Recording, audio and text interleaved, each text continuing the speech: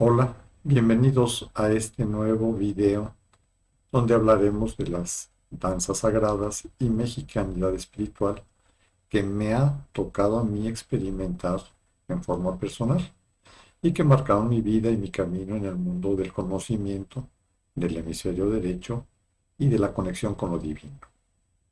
Les recuerdo que este es el quinto título de la serie, un camino de conocimiento y espiritualidad para lo que les pueda servir. Si al final del video les ha gustado o servido en alguna forma, por favor ayúdenos con su like, pulgar arriba, suscríbanse y recomiéndenos. Comenzamos. En infancia, calculo que alrededor de los 10, 12 años, leí un libro que mi padre nos recomendó, que él tenía, llamado La mujer dormida debe dar a luz. El autor del libro, como tal, es Ayohua. Evidentemente es un seudónimo que hasta ahora se me ocurrió buscar su significado y lo resumo a continuación por lo bello del mir y por la trascendencia que tiene con este camino. En el diálogo de la flor y canto, en las reflexiones de Netzahualcóyotl, el diálogo es parte del manuscrito Cantares Mexicanos, realizado en Huejotzingo hacia el año 1490, en el que participan Tecayehuatzin y otros Tlamatinime, para aclarar el sentido profundo de flor y canto. Tecayehuatzin, de Huejotzingo, siglo XV, principios del siglo XVI, pregunta si flor y canto es quizás lo único verdadero en la tierra.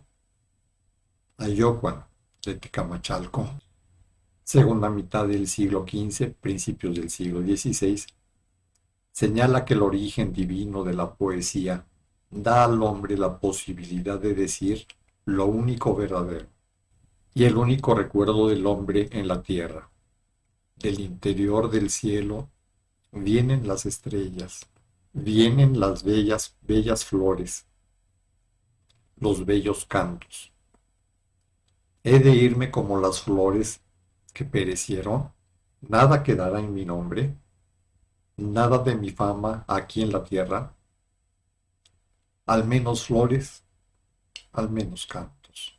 El libro narra en forma por demás bella, clara y determinante la historia del autor en el año 1954, coincidiendo con la fundación de la Universidad Autónoma de México, a la que se inscribió y que consiste en lo siguiente.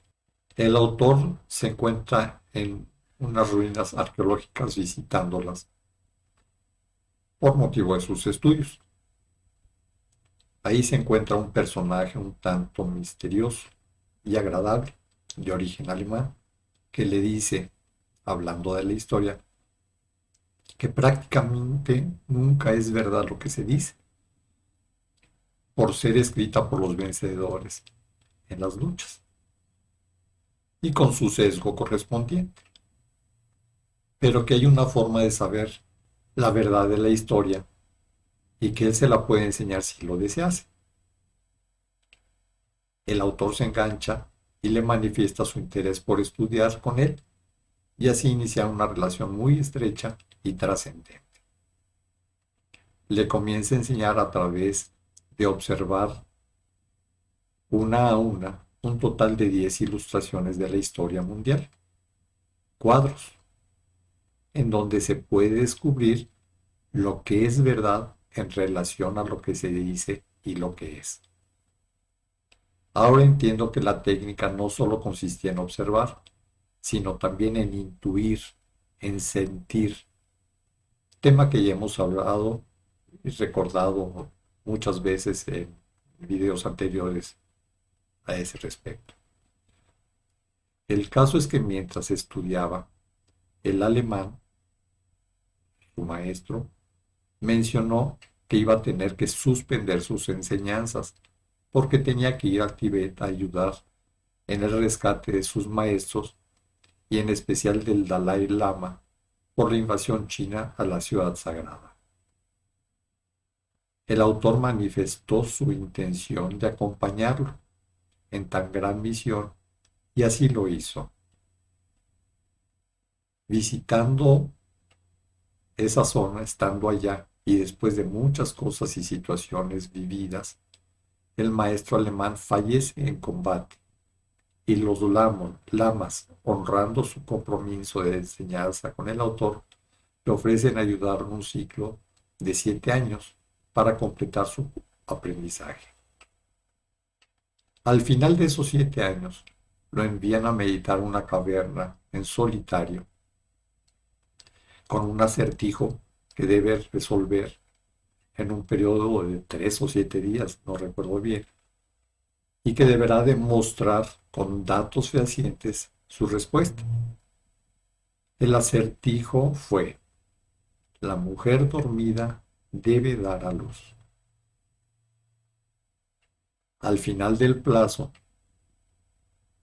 triste por no haber encontrado la respuesta, amaneciendo el último día y viendo las montañas nevadas, recordó cuando salió de México en el avión y que pudo ver las siluetas de los volcanes sagrados de México, el Popocatépetl y el Iztaccíhuatl, a quien se le conoce como la mujer dormida.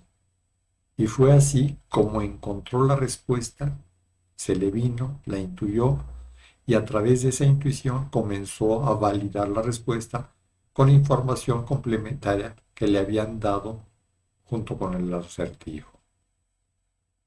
La respuesta consistía en que en México habría un despertar de conciencia, que sería cuna de ese despertar global de conciencia, cuando tuviera entre tantos y tantos otros millones de habitantes y que se dieran tales y cuales condiciones para ello.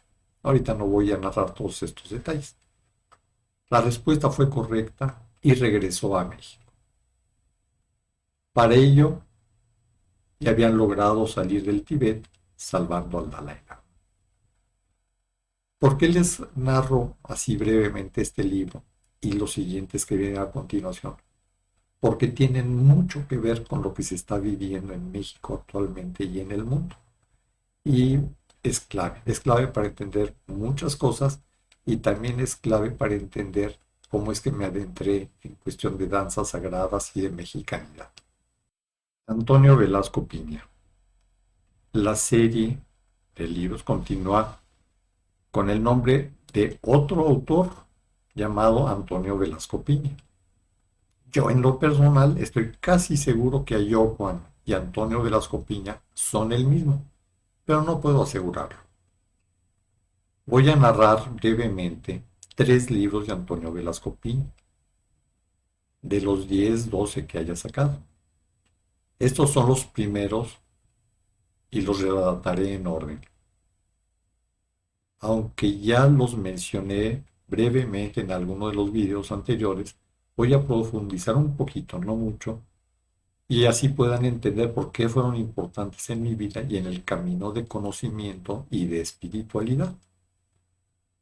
Sus libros son un deleite de leer y están novelizados y son de fácil lectura. El primero de esta serie oficial de Antonio Velasco Piña, y para mí el segundo de la serie, se llama Tlacaele. En este libro, históricamente muy importante, se narra la grandeza del Imperio Azteca, su expansión por todo México, su verdadero gobernante. Se dice que era el poder tras el trono, no por manejos oscuros como en la política actual. Era tan famoso, tan querido y con tanta ascendencia sobre su pueblo y sobre los mismos gobernantes que siempre buscaban su sabiduría y su consejo para actuar.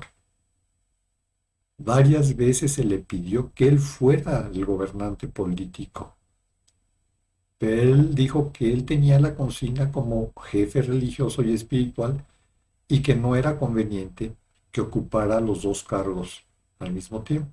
O sea, que siempre rechazó tanta ignomor, cosa que se ha perdido en la actualidad, ya que no se hace por honor, sino por conveniencia egoísta y oscura.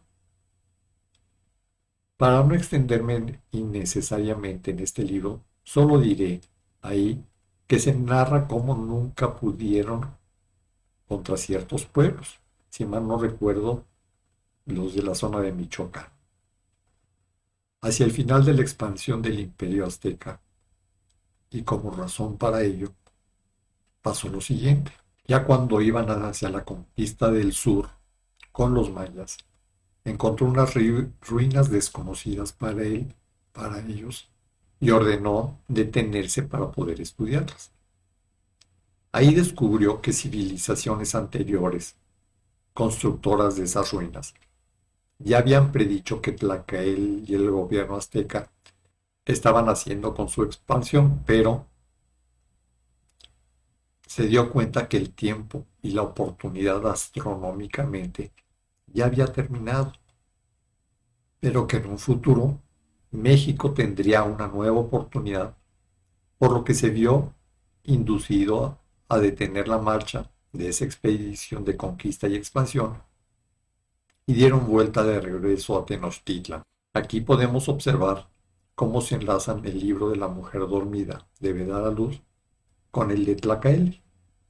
Lo que se dice en el primero es la oportunidad que se mencionó en el de Tlacael, la oportunidad futura. En verdad recomiendo la lectura de este libro, por lo bello de su historia, de sus datos e información, así como por el ejemplo de lo que debiera ser un verdadero político, gobernante, que ame y vea por su pueblo. Todo político con verdaderas intenciones de gobernar con honorabilidad, con respeto y amor por su pueblo, debiera leer este libro. Me refiero a políticos inclusive de otros países. El siguiente libro de Antonio Velasco Piña se llama Regina, otro hermoso libro que para mí debiera ser de texto o de cabecera. En este libro se revisan momentos históricos determinantes y de gran trascendencia para México y hasta para todo el mundo. Ya van a ver por qué lo digo. Aquí se encontrará, entre otras cosas, lo que se tuvo que hacer para despertar el divino femenino, donde se valore y despierte no solo la mujer, sino también el lado femenino del hombre. Tengo que aclarar que el despertar de la mujer nada tiene que ver con los movimientos actuales, donde parecen más que esos movimientos parece que lo que quieren es copiar a los hombres, hasta en sus defectos, y que haya una confrontación que nada tiene que ver con el divino femenino. El divino femenino tiene que ver con despertar y activar el lado delicado y amoroso y natural, la naturaleza del ser, tanto en hombres como en mujeres, y darle la fuerza a esa energía que se necesita para el despertar de un pueblo y de un planeta, como en el caso del momento actual que se está viviendo planetariamente. Esto es precisamente lo que nos hará pasar a la quinta dimensión, la del amor, de la que también ya hemos hablado muchas veces. Si un movimiento polariza y crea competencia, rencor y desdeño, no es un movimiento guiado por el corazón o por el amor, sino por intereses muy oscuros. Utilicemos la intuición del corazón para que descubran si lo que digo es cierto o no. Ustedes pueden encontrar siempre la verdad. En fin, el libro de Regina trata de una niña mexicana que fue descubierta por unos monjes tibetanos en un aeropuerto, cuando la niña iba de viaje con sus papás. Los monjes, al verla, vieron que era la reencarnación de una diosa tibetana, una Dakini, que como civilizaciones mexicanas anteriores habían ayudado al Tíbet a despertar de un largo sueño cíclico astronómico planetario, ahora ellos ofrecían a esta Dakini mexicana prepararla para su gran misión en esta vida, consistente en ayudar en lo mismo a México, a despertar de su mismo largo sueño que había vivido el Tíbet en el pasado. Como verán, aquí se enlazan los tres primeros libros, libros magistrales de Antonio Velasco. Los padres accedieron y el libro narra este proceso, todo lo relativo a la misión de Regina, que incluye todo el movimiento de 1968 desde el punto de vista espiritual, no del político. El político se conoce, el espiritual no, y que no tienen nada que ver con lo político. Les recomiendo ampliamente que lean este libro, sobre todo este. Aclaro que no necesitan leerse todos o que sea en orden. Cada historia, cada libro tiene su principio y su fin específico, pero están relacionados unos con los otros. Por eso pueden leer el que quieran y en el orden que quieran. En especial este de Regina es el que más recomiendo por su trascendencia y vigencia.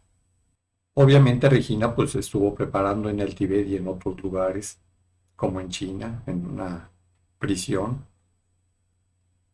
Pero bueno, lo importante es que la misión de Regina consistía en activar la pirámide de la luna en la zona arqueológica de Teotihuacán, para lo cual se involucraron los 4 guardianes de México. Hubo un par de intentos y fueron fracasando por las condiciones sociales y planetarias, y el esfuerzo final tuvo que ver con un sacrificio humano, voluntario y planetario por 500 efectivos, 500 personas, mexicanos, voluntarios, que fueran puros y sin coraje ni enojo a quienes los matarían los militares o paramilitares, que seguramente serían encomendados para reprimir a quienes ellos creerían que serían opositores al gobierno sin realmente serlo. El caso es que la misión se cumplió y eso permitió que la cárcel y sueño en el que estaba la energía del divino femenino se activara, despertara y cumpliera su razón en este despertar de conciencias planetarias para este cambio y ascenso dimensional en juego en la actualidad.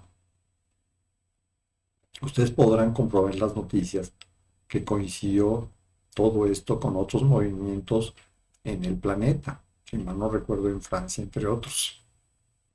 Aquí voy a conectarme ahora yo con estos 3 libros, ya que cuando mencioné que viajando por Europa paré y decidí regresar a México para ser parte de este movimiento con mi granito de arena, y afortunadamente estoy más metido en lo que yo mismo hubiera imaginado o considerado.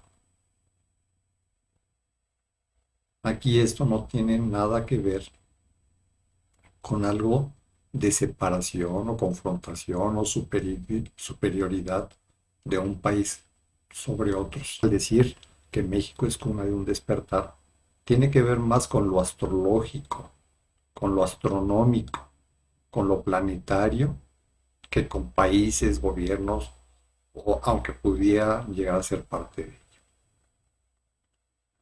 Un suceso similar y también narrado en el libro de Regina es un factor energético que sucede alternativamente en el Tíbet y el Cusco en los Andes.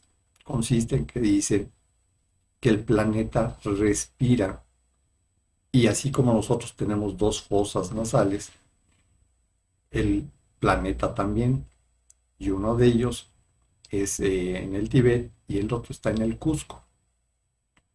Pues para que vean que esto tiene que ver más con lo planetario que en lo de países, gobiernos o divisiones hechas por el hombre. El tercer libro de Antonio Velasco Piña se llama Cartas a Elizabeth. Este libro lo menciono no tanto para que lo lean. Lo importante en cuestión son los 4 anteriores. Este libro habla de los siguientes 20 años posteriores a 1968, a ese movimiento y a ese despertar narrado en Regina. Y en 1988 cierra con una ceremonia conmemorativa a Regina, que se realiza cada año en que el 2 de octubre caiga en domingo. No sé si se siga respetando esto o haciendo, pero bueno, en 1988 ese fue el motivo y ese fue el comentario que se me hizo.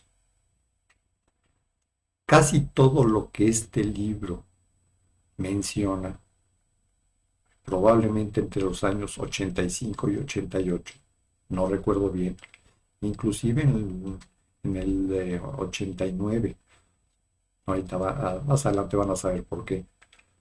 Yo fui parte de ese movimiento y de lo narrado en ese libro. Por eso es que lo menciono.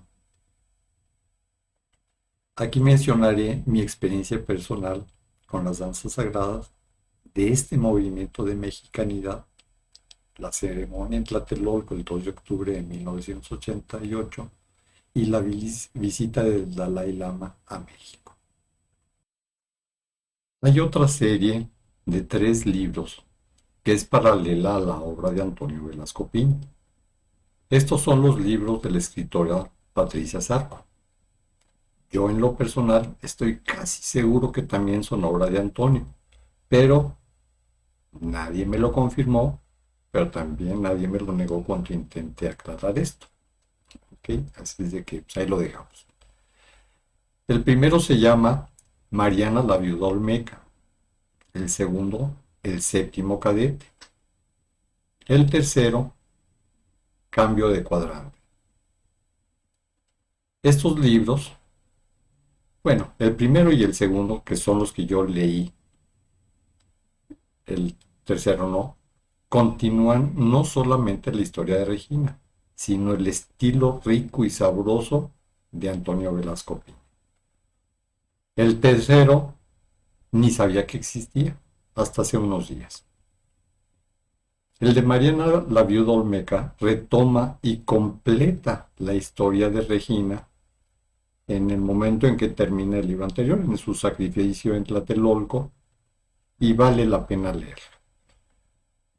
Pero el del Séptimo Cadete no solo vale la pena leerlo, para mí es un libro que debiera leerlo todos los que les guste la obra de Antonio, de los que les gusta el tema de espiritualidad, de los que quieran entender lo que realmente pasa en un país como México, pero que bien podría ser representativo de cualquier país del mundo, en los tiempos que estamos viviendo. Aquí se habla de temas tan vigentes como las adicciones, los planes y grupos detrás de los que dan la cara, como si fueran los jefes los que nos hablan en las noticias, y que solamente son piezas de ajedrez de los verdaderos controladores de todo. Ya deben estar entendiendo lo que quiero decir. Además habla de las luchas que se viven en 2 planos simultáneos o paralelos. El físico, de la 3D, de la tercera dimensión, y el del plano espiritual. Habla de esos seres oscuros, tipo salamandras, tipo reptiles, sin mencionarlos. O sea, en el libro no menciona esos términos, y yo tampoco. Pero habla de cómo se nutren con cosas muy similares. Lo que estoy diciendo es que es un libro de mucha vigencia e importancia. Habla de cómo se puede quitar el alma hasta un país, aunque en este caso con México no lo lograron.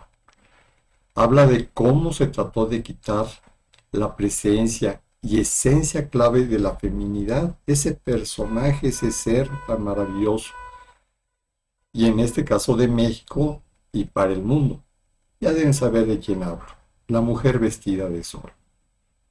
También quisieron desaparecer la esencia, trasfondo, relevancia, ejemplo e importancia de personajes claves para México como los niños héroes. Se han de haber dado cuenta que he hablado medio en clave, ya que siempre hay oscuros atentos a boicotear la labor de la luz. Les agradezco su comprensión y apoyo. Por último, muy en especial, les recomiendo leer por lo menos los libros o el libro de Regina y este del Séptimo Cadete. Otra serie de libros que marcó mi vida son los de Carlos Castaner.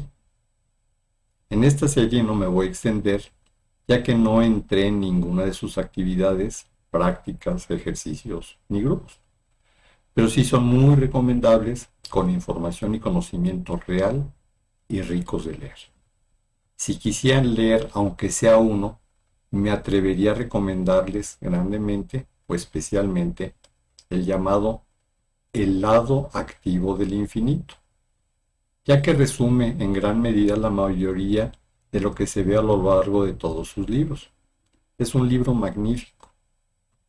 Si les resumiera muy brevemente la esencia de estos libros de Carlos Castaneda, el autor, es que él se engancha como aprendiz de un verdadero maestro nahual, los que son conocidos como brujos, mas no como hechiceros, o sea, alguien que está en el camino del conocimiento y de la luz, no de la oscuridad. Los libros hablan de todo su proceso a lo largo de esta línea de conocimiento. Ahora sí, continuamos con mis experiencias dentro de la mexicanidad. Danza Sagrada Citlalmina. En 1985 yo regresé a vivir a la Ciudad de México, pues había estado viviendo por trabajo en Puerto Vallarta y posteriormente en Guadalajara. La misma empresa en la que colaboraba me ascendió a un puesto y me cambiaron a la Ciudad de México. Estando aquí, conocí a una librería esotérica y a su dueño, con quien establecí cierta amistad, y salió a relucir el tema de Ayocuan y Antonio. Y al conocer muy bien el tema, él le comenté que me gustaría contactar a Antonio. Afortunadamente él conocía bien a una persona que podría contactar yo y ayudarme a establecer una relación, un contacto con Antonio Velasco Pinto. Así conocí a Marta Venegas, una queridísima amiga a quien le debo 3 cosas muy importantes en mi vida. Ella era periodista. Lamentablemente he perdido contacto con ella y desearía volver a contactarla. Uno de los favores es que me invitó a una conferencia de Antonio, donde lo conocí, a quien externé mi deseo de integrarme a un grupo de conocimiento espiritual, cosa que él sugería en sus libros y conferencias.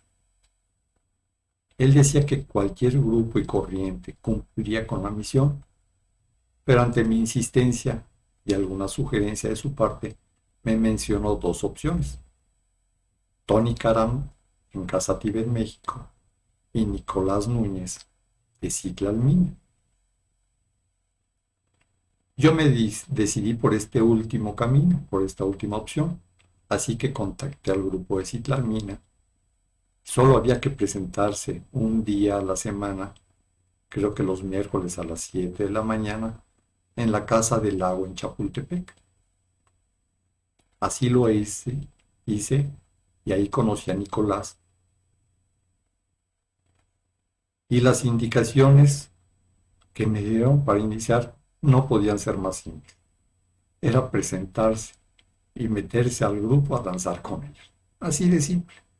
Nunca hubo enseñanza de los pasos, ya que no se trataba de memorizarlas, sino de ir fusionándose con la danza, con el grupo, hasta formar una unidad. Esta es la descripción que yo hago, pero en las indicaciones ni esto se mencionó. Esto es muy interesante y ahora lo entiendo muy bien por todo lo que he estudiado. O sea, en estos videos les he tratado de compartir esa información. Esto es, no utilizar el razonamiento, menos el hemisferio izquierdo, ni la memoria, y por ende, precisamente no utilizar el hemisferio izquierdo. Se trata de entrar a danzar y sentir al grupo, sentir los movimientos, hasta formar una unidad con todos ellos.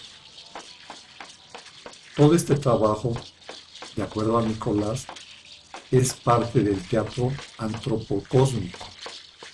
También se le conoce como trabajo psicofísico y como meditación en movimiento. La danza sagrada de Citlamina consistía en 3 fases muy claras: una danza sagrada mexicana, una danza sagrada tibetana, la del sombrero negro, y cerraba con una marcha ritual sagrada y mexicana. Debo mencionar que para la danza tibetana se tuvo que contar con autorización expresa del Tíbet para poder realizarse en este grupo. Esta autorización se obtuvo cuando Nicolás, Elena y Ana Luisa, creo que ellas 3, fueron al Tíbet y aprendieron la danza del sombrero negro. Lo mismo pasa con la danza sagrada mexicana, ya que se necesita permiso específico de cada uno de los pasos. Por lo que recuerdo y me platicaron, ya que cada paso que se va adicionando a la danza es un factor como para entrelazar y entretejer una red de energía, como si se fuera hilando un tejido de lana, por decir algo, como si se tejiera un suéter o una cobija, a través de estos pasos que van representando los diferentes elementos a los que cada paso pertenece: agua, tierra, aire y fuego. Todas las danzas de pueblos originarios, ya sea en Oriente, Medio Oriente, América, Norteamérica inclusive, que es prácticamente lo mismo, pues, los pueblos originarios, son danzas que cumplen con esta misión, que es meditación en movimiento. Entonces, como les decía, pues no es nada de países, pues. Esto es algo planetario, esto rebasa toda la división hecha por el mundo. A la fecha se sigue realizando esta danza. Para el que quisiera integrarse, solo tendría que presentarse en la Ciudad de México los miércoles a las 7 de la mañana en el bosque de Chapultepec, donde se encuentra el sargento, que es el árbol sagrado del que hace mención Antonio en el libro de Regina.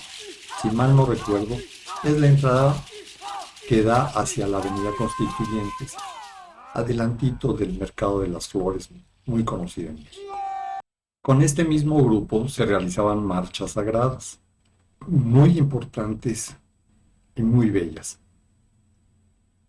La idea de esas marchas buscaba limpiar canales energéticos del planeta, en este caso de México, rutas consideradas sagradas y de gran relevancia para el despertar de México y del planeta.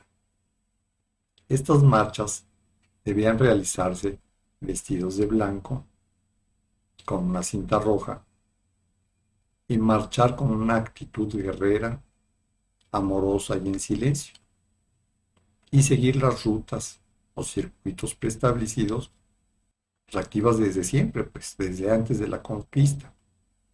Bueno, no conquista, invasión. Recuerden que una conquista es a través del amor y no a través de la guerra y destrucción y matanza. ¿Se imaginan conquistar a una mujer a base de golpes y de odio? Eso no es una conquista, ¿verdad? Marcha 1, al Zócalo. La primera era los días 21 de cada mes, esta marcha. Partíamos de Chapultepec, afuera del Museo de Antropología e Historia, sobre la Avenida Reforma, hacia el Zócalo de la Ciudad de México.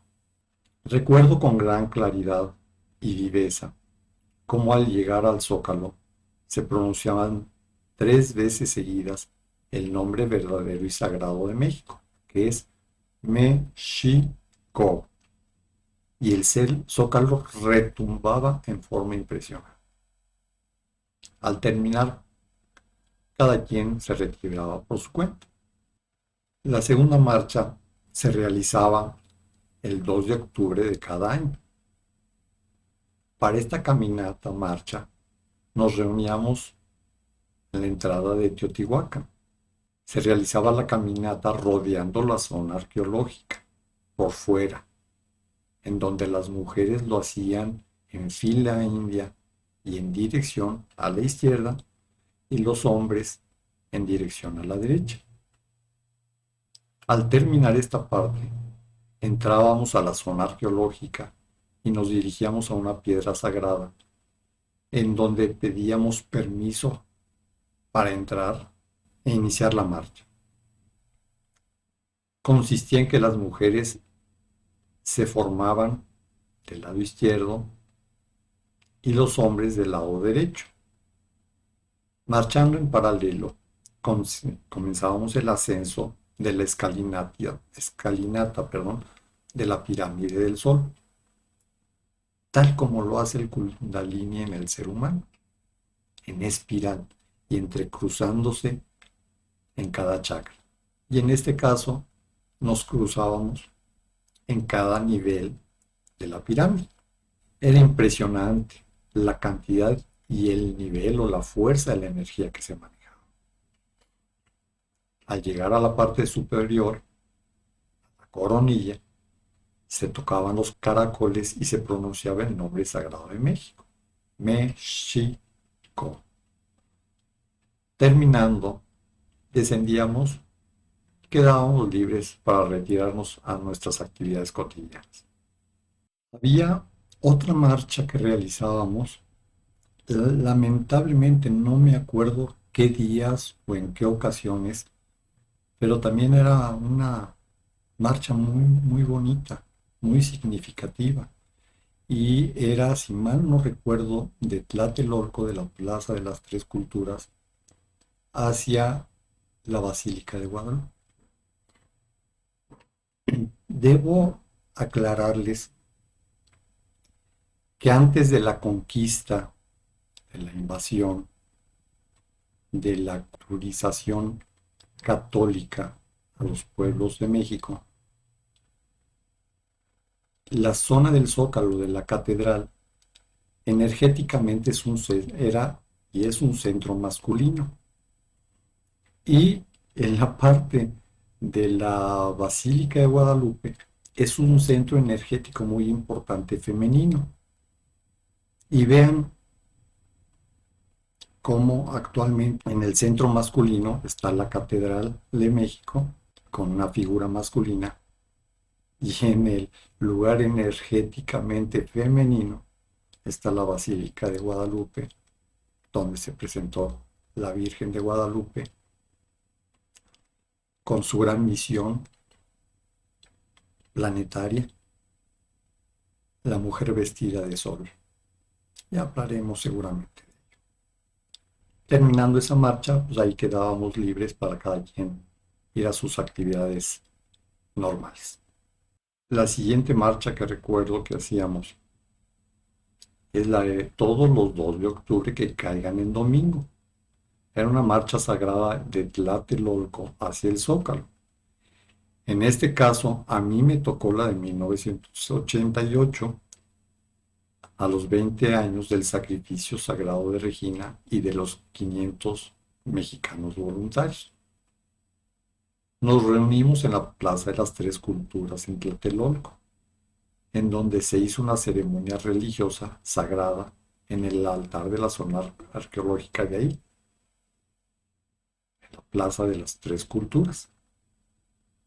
Posteriormente, se inició la marcha hacia el Zócalo, que requería un esfuerzo muy especial de guardar silencio. Era una marcha del silencio. El esfuerzo especial era por el motivo de que ese mismo día, de todos los años, hay una marcha política que va en sentido contrario, del Zócalo hacia Tlatelolco. Marcha que se organiza, que no olvida ni perdona esa matanza realizada, como todos sabemos, en Tlatelolco. Nadie de nuestro grupo tenía que caer en provocaciones de ningún tipo. Recuerdo muy bien que al estar saliendo de la ceremonia en la Plaza de las Tres Culturas y tomar la avenida que conducía fuera de la plaza hacia el Zócalo, ya estaba totalmente tomada o cubierta por centenares de personas que bloqueaban de alguna manera nuestro paso. Nosotros teníamos que atravesar la avenida para marchar por el otro lado. Pero con nuestros grandes guías guerreros, entre ellos Antonio Velasco Piña y Francisco Lerdo de Tejada, sin decir nada y sin parar, atravesaron como si nada y nosotros tras de ellos. Toda esa marcha contraria fue abriéndonos paso y nos dejaron pasar como si nada. Nosotros íbamos en un imperturbable silencio y ellos iban gritando arengas y ya saben, las cosas que se dicen en ese tipo de marchas políticas. Este hecho de atravesar el contingente al cruzar la avenida, después se nos dijo que fue el cortarle la cabeza a la serpiente, con toda su simbología mística y espiritual que conlleva. Como en la ciudad había mucho miedo de parte del gobierno a los problemas que puedan ser provocados por los manifestantes, había mucha vigilancia policíaca y militar, así como vallas que impedían el paso por ciertas zonas. De hecho, ya para llegar al Zócalo, había una valla y una restricción para acceder al Zócalo, lo cual nos hubiera impedido terminar esta ceremonia sagrada. Afortunadamente, cuando nos vieron llegar, la abrieron y pudimos tener acceso a la plancha del Zócalo, y formando un círculo en el centro, se tocaron los caracoles y se entonó el nombre sagrado de México. Ya saben, México, retumbando todo, toda la plancha, todo el Zócalo, los edificios contiguos. Fue significativa e impresionante. Al terminar, todos quedamos libres para retirarse. Cabe aclarar que en la empresa hotelera donde yo trabajaba, había un compañero de un área de seguridad interna, que más bien era una especie de agencia de espionaje interno, y que había trabajado en el gobierno a nivel policíaco y de investigación, pero que hice buena amistad con él. O sea, a mí me gustaba mucho platicar con él, parece ser que él también lo disfrutaba. Me imagino que parte era pues, para sacar información, ¿no? Pero bueno, nos llevamos bien. Y pues yo le llegué a platicar de estas cuestiones personales que yo practicaba, de que me gustaba la espiritualidad y estas actividades espirituales. Y me previno que no asistiera ese día por cuestiones de seguridad y que tenía información de que iba a haber revueltas. No hice caso. Posterior a la marcha, me dijo que habíamos tenido suerte, porque el ejército ya estaba preparado para cualquier revuelta que hubiera iniciado y en ciertas esquinas tenían ciertos barriles, ciertos tambos llenos de armas y gente que vestida de civil sería la que tomaría esas armas para contener cualquier brote o movimiento que se saliera de control.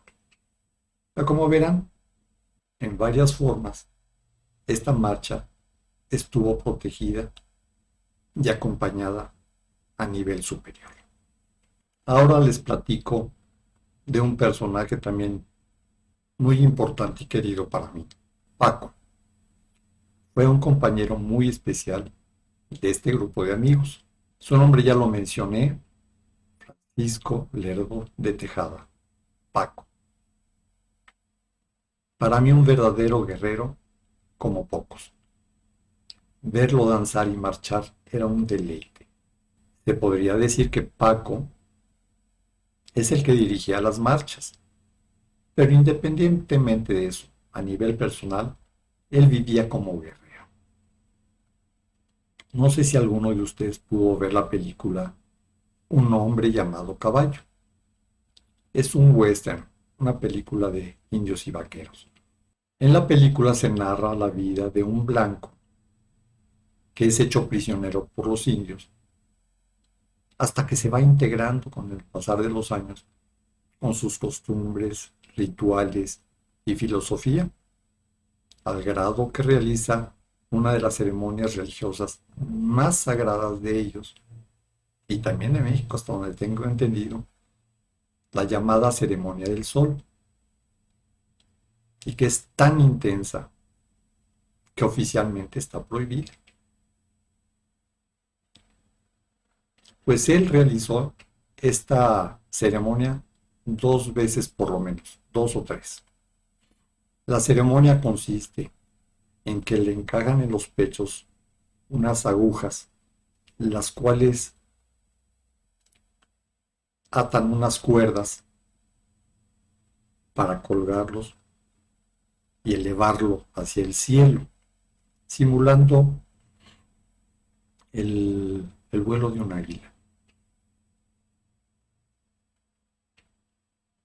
En realidad, yo creía que era solo para colgarlo, como sale en la película. Y él me explicó que no, que consistía en dar un tirón tan fuerte con la intención de que se hiciera ese vuelo, pero que se desprendieran esas partes de carne. Que de esa manera se activan unos meridianos, si mal no recuerdo, esa fue la explicación que me dio. Estas son las palabras que me parece recordar de ello y los hechos. ¿Por qué? Porque me marcaron muy positivamente, muy intensamente. Además, describía muy bien qué personaje era este. Todo un guerrero que por su seriedad, bueno, era serio hasta riéndose y burlándose, pero transmitía un amor a quien lo conocíamos y lo percibíamos muy, muy padre, la verdad. El equilibrio perfecto. De hecho, el guerrero verdadero no es el peleonero, ni el callejero, ni el de pandillas. El guerrero verdadero es el que tiene conectado el corazón, lucha por necesidad o por servicio, pero nunca, nunca por peleonero ni por fines egoístas.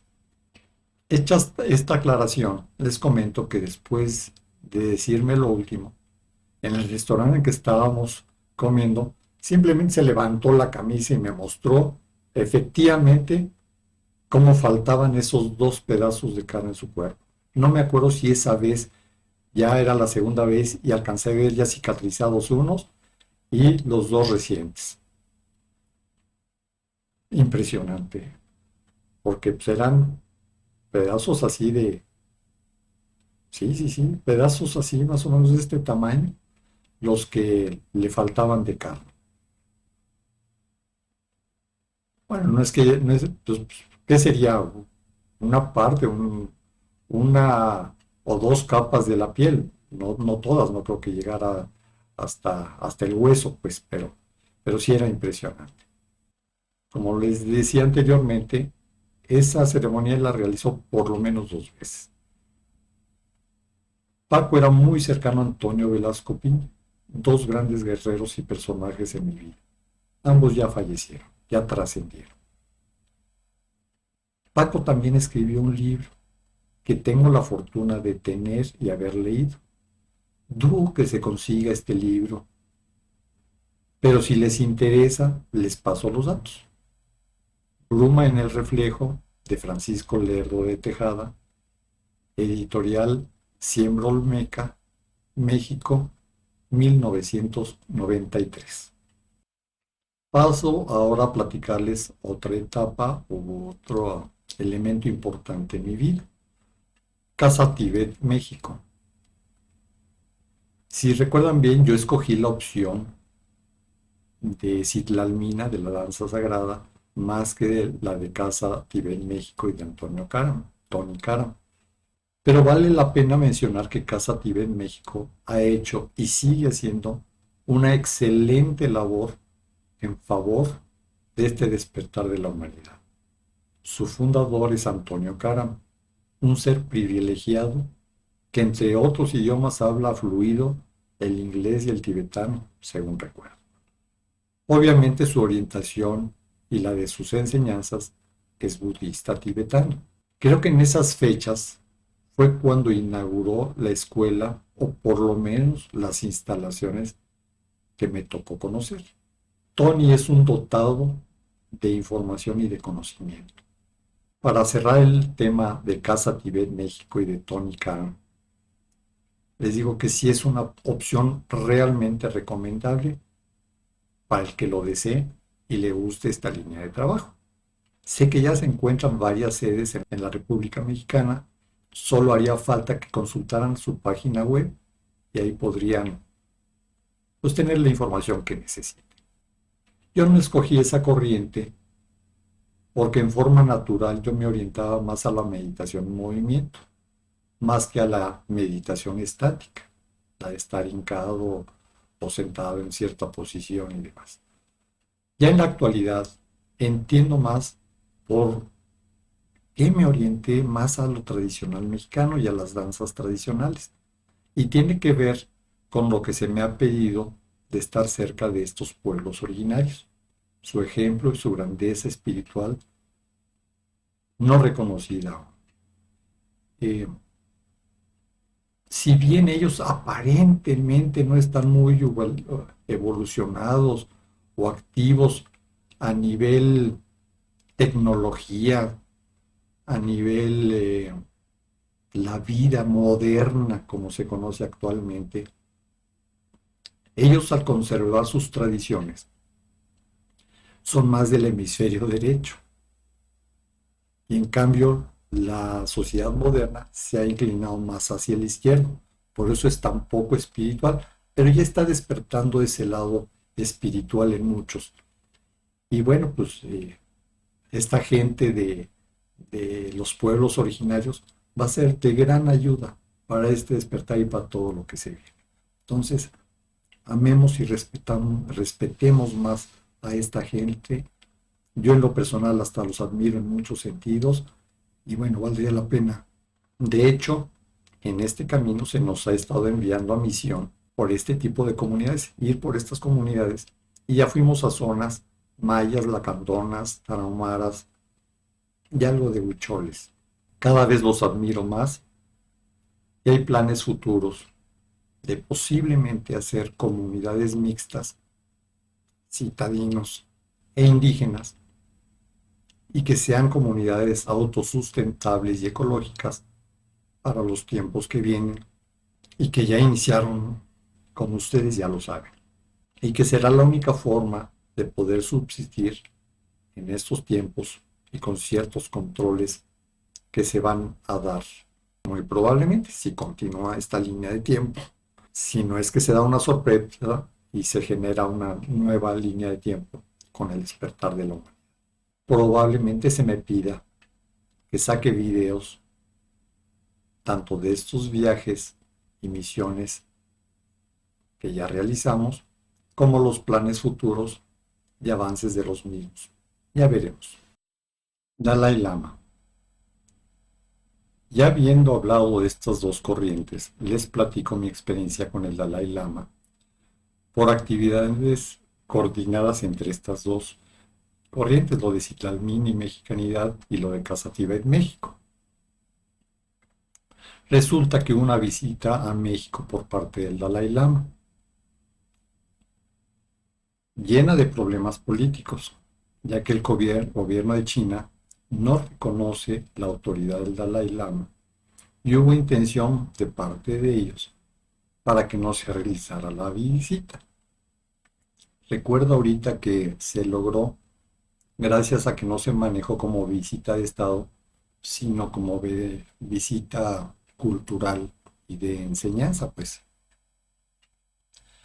También hubo problemas con ciertos coordinadores estatales, bastante negativos y oscuros, que como siempre, más bien persiguen intereses egoístas de poder y de control, y que no creían en esta gente ni en esas filosofías.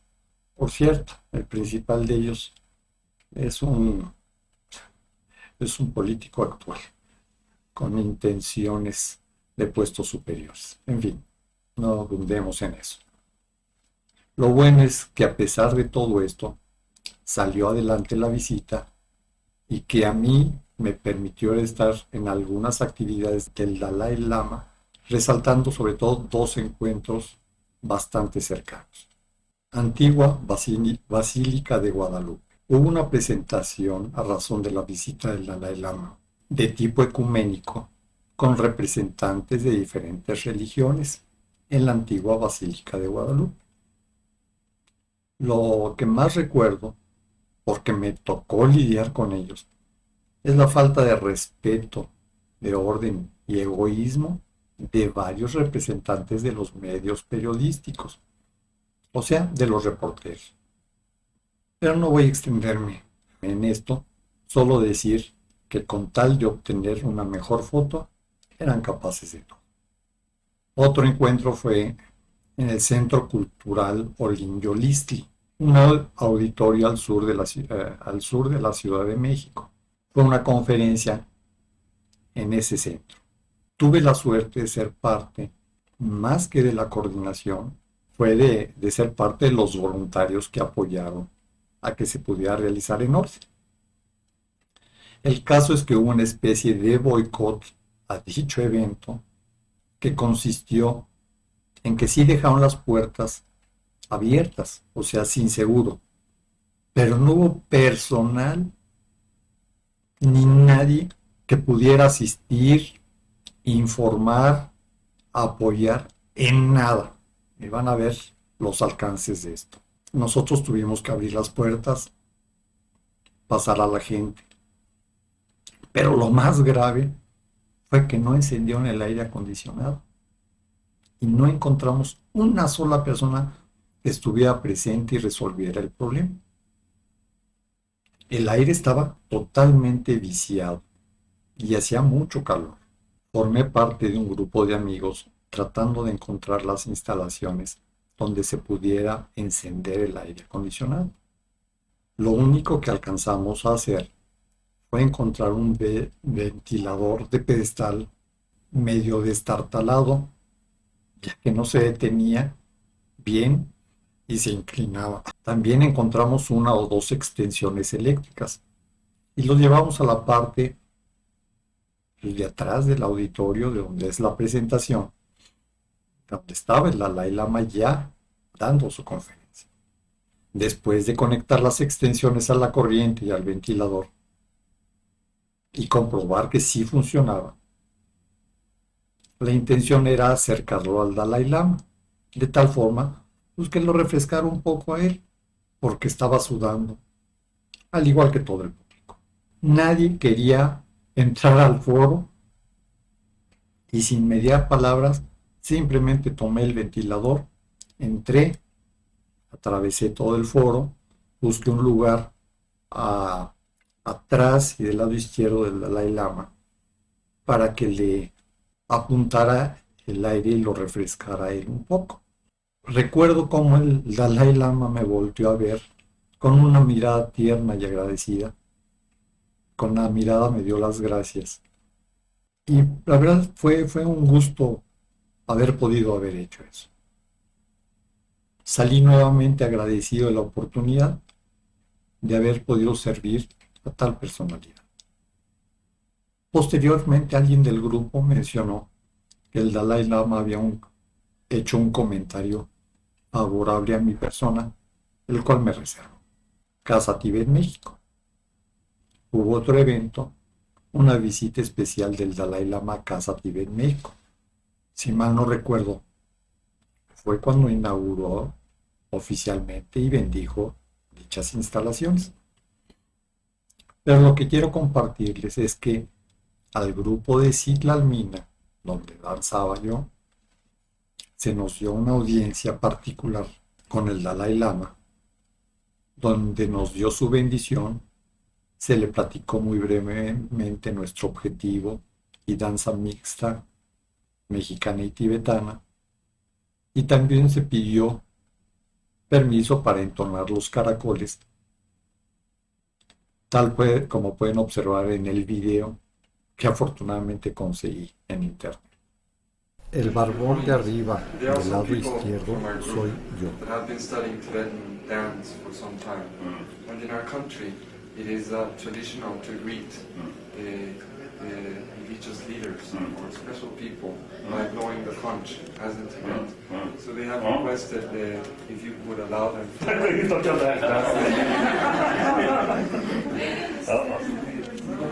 What kind of dance song? In this moment? I see. They want to blow them. I know. We are making a new dance called Citlalmina, Mexican and Tibetan together. I see. And we want your blessing to this dance. Thank you. Yes. That's a training for the take. Good, good. Blow. You're welcome. Yes.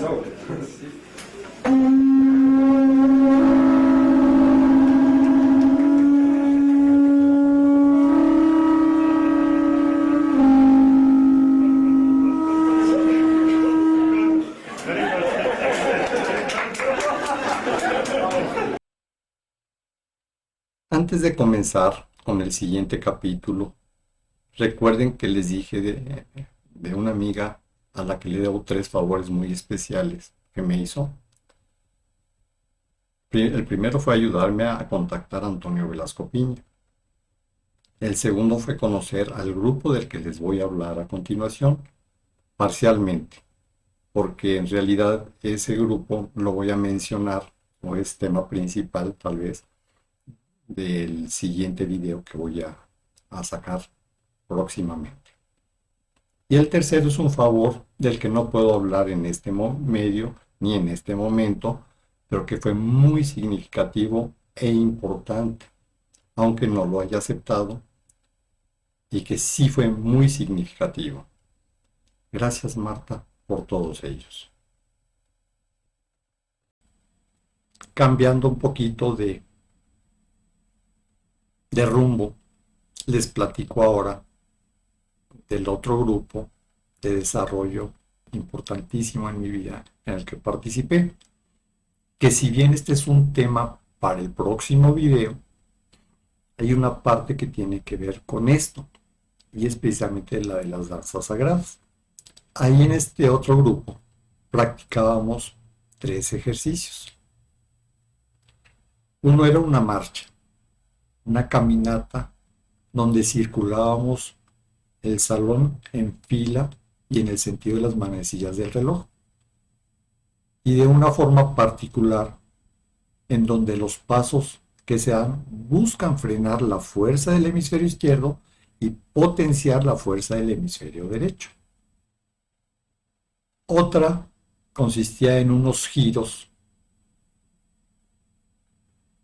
sobre uno mismo en el salón, emulando las danzas de los derviches sufís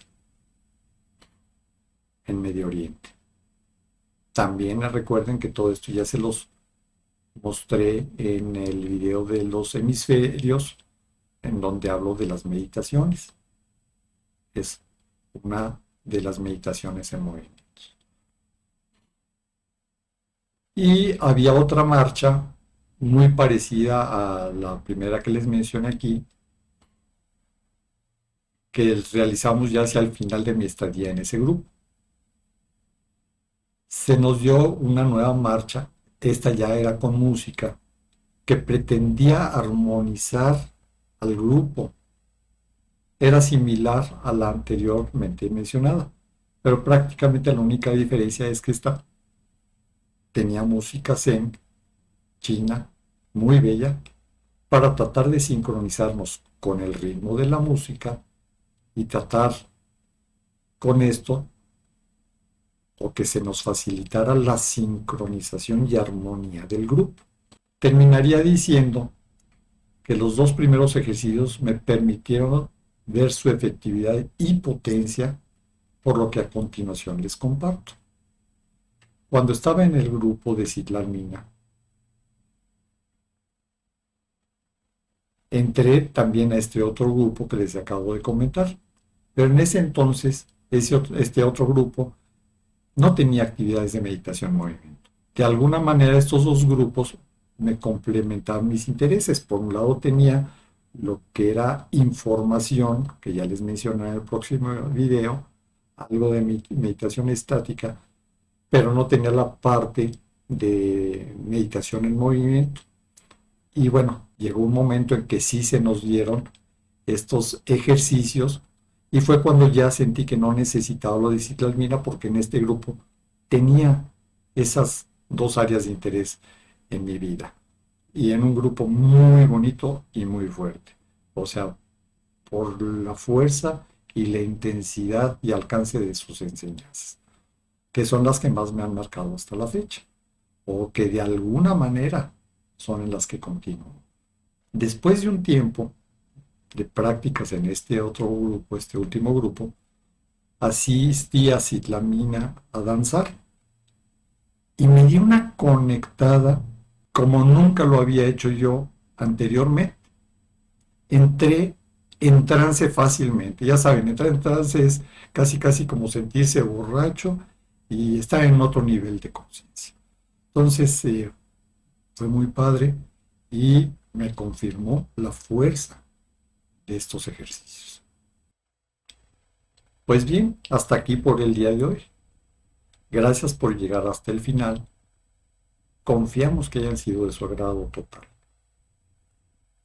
Por favor, apóyennos con su me gusta, con su like, con su pulgar arriba y compartan este video a las personas que les pudiera ser de su interés. Obviamente, si les gustó y les convenció a ustedes, ¿no? Si es así, no dejen de apoyarnos, por favor. Ya les he dicho que más que para nosotros es para poder difundir esta información, que cada vez va a ser más importante conforme nos vayamos adentrando más en todos estos cambios planetarios y los momentos políticos mundiales que se van a vivir.